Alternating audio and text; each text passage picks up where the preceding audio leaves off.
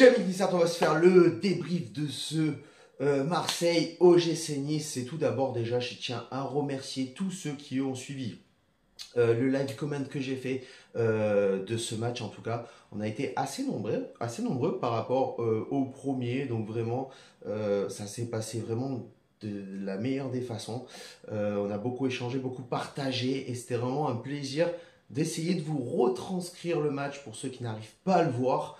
Et notamment, je pense continuer à faire ce genre d'action-là. Pas pour tous les matchs, parce que c'est compliqué quand même, ça demande énormément de travail, énormément de recherche et de savoir beaucoup de choses. Je commence à peine là-dedans, donc j'ai encore un petit peu de difficulté, mais ça va venir. Et je ferai davantage de live comments pour notamment peut-être les matchs à domicile que je pourrais pas voir ou quoi, ou en tout cas les gros matchs qui se jouent à l'extérieur, comme ce soir. Un grand merci à tout le monde et à tous ceux qui ont suivi le live. Et donc on va se débriefer ce match. Désolé pour la voix, mais j'avoue, tu regarderas le live en replay. Je me suis un petit peu enflammé sur le but, le troisième de l'OGC Nice, celui de Bilal Brahimi, qui a été quand même fantastique. Et je le disais en avant live, avant que le match ne commence. C'est un match qui est très important pour les deux équipes, notamment pour Marseille. Ne pas décrocher le leader, le Paris Saint-Germain, mais surtout essayer de ne pas se faire rattraper par les équipes qui sont derrière, comme Lens qui a fait la mauvaise opération de faire un match nul face à Brest, comme Monaco qui a gagné face à Clermont, comme Lille qui a remporté le match face à Rennes.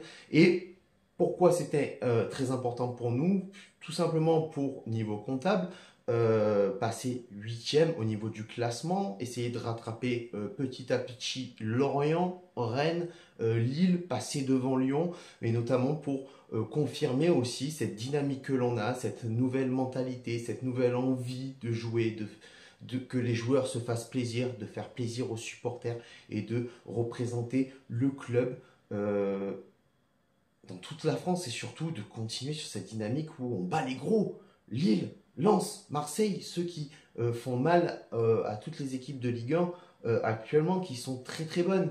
Marseille restait sur 5 matchs sans défaite, avec notamment le choc face à Monaco. Donc c'était très important de remporter ce match, et très important de ne pas le perdre en tout cas, et de remporter au moins un point du Vélodrome. Et le match du coup s'annonce quand même très tendu, évidemment, pour des tas de choses, tu le sais très bien, je t'apprends rien. Et en tout cas, c'est Marseille qui monopolise le ballon dès le début du match. C'est Marseille qui impose son intensité, c'est Marseille qui impose son rythme, et l'OGC Nice se contente d'être solide. Par contre, d'être très solide défensivement. On joue bloc bas, mais on joue bloc bas, compact, regroupé et concentré, impliqué sur chaque joueur qui a le ballon. Chaque joueur marseillais qui a le ballon, on est impliqué, on est concentré sur le porteur du ballon, on est solide en défense, on ne fait pas d'erreurs, en tout cas on ne commet pas de grosses erreurs, on accepte le duel, on accepte d'aller au-devant, de se mettre face à l'Olympique de Marseille et de dire j'ai pas peur, tu vois, de dire je pose mes couilles et je vais y aller, et on va vous défoncer, on va passer comme un rouleau compresseur, comme on l'a fait face à Montpellier, comme on l'a fait face à Lens, comme on l'a fait face à Lille, tout simplement. Et tu peux être Marseille, on s'en fout, on va faire la même chose. Le seul truc, c'est que vraiment, ce qui est flagrant dans cette première mi-temps, c'est que automatiquement, quand on récupère le ballon, automatiquement, on le perd. Ça, c'était un gros défaut de cette première mi-temps. Mais par contre,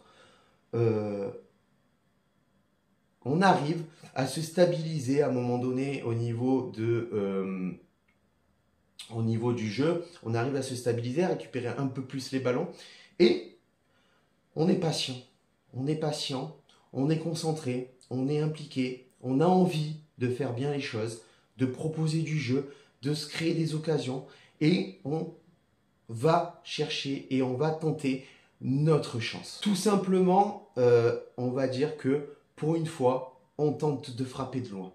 Chose qu'on ne faisait pas avec Favre. On cherchait toujours à se rapprocher le plus possible du but pour pouvoir se créer quelque chose. Mais on n'y arrivait pas. Et là, les deux buts de la première mi-temps, que ce soit Sofiane Diop ou Gaëtan Laborde, elles viennent d'une frappe lointaine, détournée par Paul Lopez, qui revient sur un joueur niçois. Et il y a cette anticipation d'une part de Sofiane Diop, d'abord sur le premier but, et de Gaëtan Laborde sur le deuxième but, qui fait qu'on concrétise nos deux actions cadrées de la première mi-temps et on mène 2-0, tout simplement. Et là où Marseille a fauté dans cette première mi-temps, c'est que tout simplement l'intensité qu'ils ont mis dans la première mi-temps, dans ces débuts de première minute, les 15-20 premières minutes, l'intensité qu'ils ont mis, ils n'ont pas concrétisé. Ils ne sont pas allés au bout des choses, ils n'ont pas été réalistes. Chose que nous, on a réussi à faire. On a eu très peu d'occasions cadrées, les deux buts notamment, on les a cadrés et on les a mis au fond. On a été audacieux, on a su créer notre chance, on a crânement joué nos chances aussi et on a su rentrer au vestiaire en menant 2-0. On a rendu une copie de première mi-temps qui était quasiment parfaite, mis à part les quelques déchets techniques en début de match. Et du coup en deuxième mi-temps, on reprend et on reprend sur la même dynamique un petit peu que la première mi-temps. Un OM qui a le ballon, un Marseille qui confisque le ballon à l'OGC Nice, avec un petit peu moins d'intensité, certes, mais tu vois qu'ils cherchent. Et au fur et à mesure que la deuxième mi-temps avance, l'OM multiplie les occasions, l'OM est en temps fort, l'OM pousse, leurs supporters poussent. Et je l'ai dit dans mon live comment, je l'ai dit, attention, l'OM est en temps fort, l'OM ne va pas lâcher jusqu'à la fin. Et si ils réduisent le score, on va le payer cher. On le paye. L'OM réussit à réduire le score et c'est tout à fait logique au vu du temps fort extrême qu'ils ont eu dès le début de deuxième mi-temps. C'est une réduction du score logique. Et là, s'installe quoi? Le coaching de Didier Digard. Le coaching de Didier Digard. Il te fait sortir les bons joueurs, il te fait rentrer les bons joueurs. Qu'est-ce qui s'installe aussi? Cette mentalité qu'on a depuis l'arrivée de Didier Digard en tant que coach de l'OGC Nice. Cette mentalité où tu es en difficulté dans cette deuxième mi-temps. Il faut que tu fasses le dos rond. Il faut que tu laisses passer l'orage. Mais par contre, tu ne lâches pas. Par contre, tu ne lâches jamais. Jusqu'à temps que l'arbitre n'a pas sifflé la fin du match, tu continues à accrocher, à être tueur sur le terrain. Et ce mélange de tout ça, ce mélange de cette mentalité, de ce coaching de Didier Digard, on vient crucifier Paul Lopez, on vient crucifier les supporters marseillais, on vient crucifier l'OM tout simplement sur ce but de Bilal Brahimi. Le mec, il a porté ses couilles. Il a pris ses couilles, il les a mis sur le nez de Paul Lopez, il a dit « je vais te défoncer ». Il a mis une frappe, mon frère. Mais une frappe. Elle était fantastique. Et encore une fois, un but qui vient sur quoi? Une frappe lointaine. Sur quoi? Tu tentes ta chance et de toute façon, tu n'as rien à perdre. Tu mènes 2-1, c'est difficile, ok.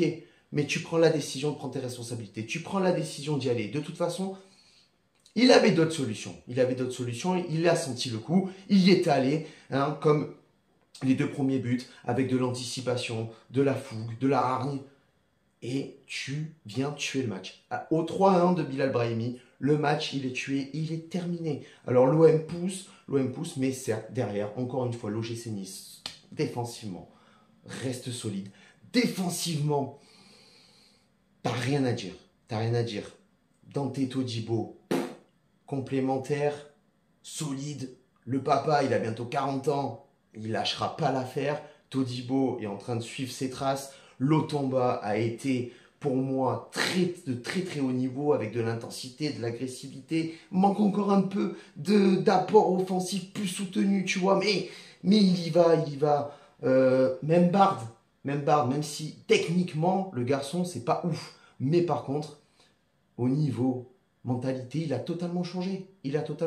Et tu le reconnais un peu plus sur le terrain. Tu le vois qu'il essaie, qu'il tente encore de faire mieux. Ça reste encore brouillon, mais ça, on arrive à faire quelque chose de cette équipe, on arrive à faire quelque chose de ces joueurs, et on arrive à transformer un petit peu toute une équipe qui ne savait pas jouer ensemble, et qui arrive maintenant à se trouver, à chercher des solutions, à s'adapter au niveau de jeu de l'équipe adverse, à savoir gérer les temps forts des équipes adverses et tout simplement à gagner. Voilà, sur ce, Annick Nissart, tu le sais très bien, un derby, ça se joue pas, ça se gagne. On vient de le faire. On freine, comme Monaco, on freine l'Olympique de Marseille et surtout, on continue à prendre de la confiance, on continue sur notre dynamique et on continue à ne rien lâcher et à avoir cette combativité qu'on a enfin retrouvée. Sur ce, ciao viva, la Bayetta et Issa Nissa.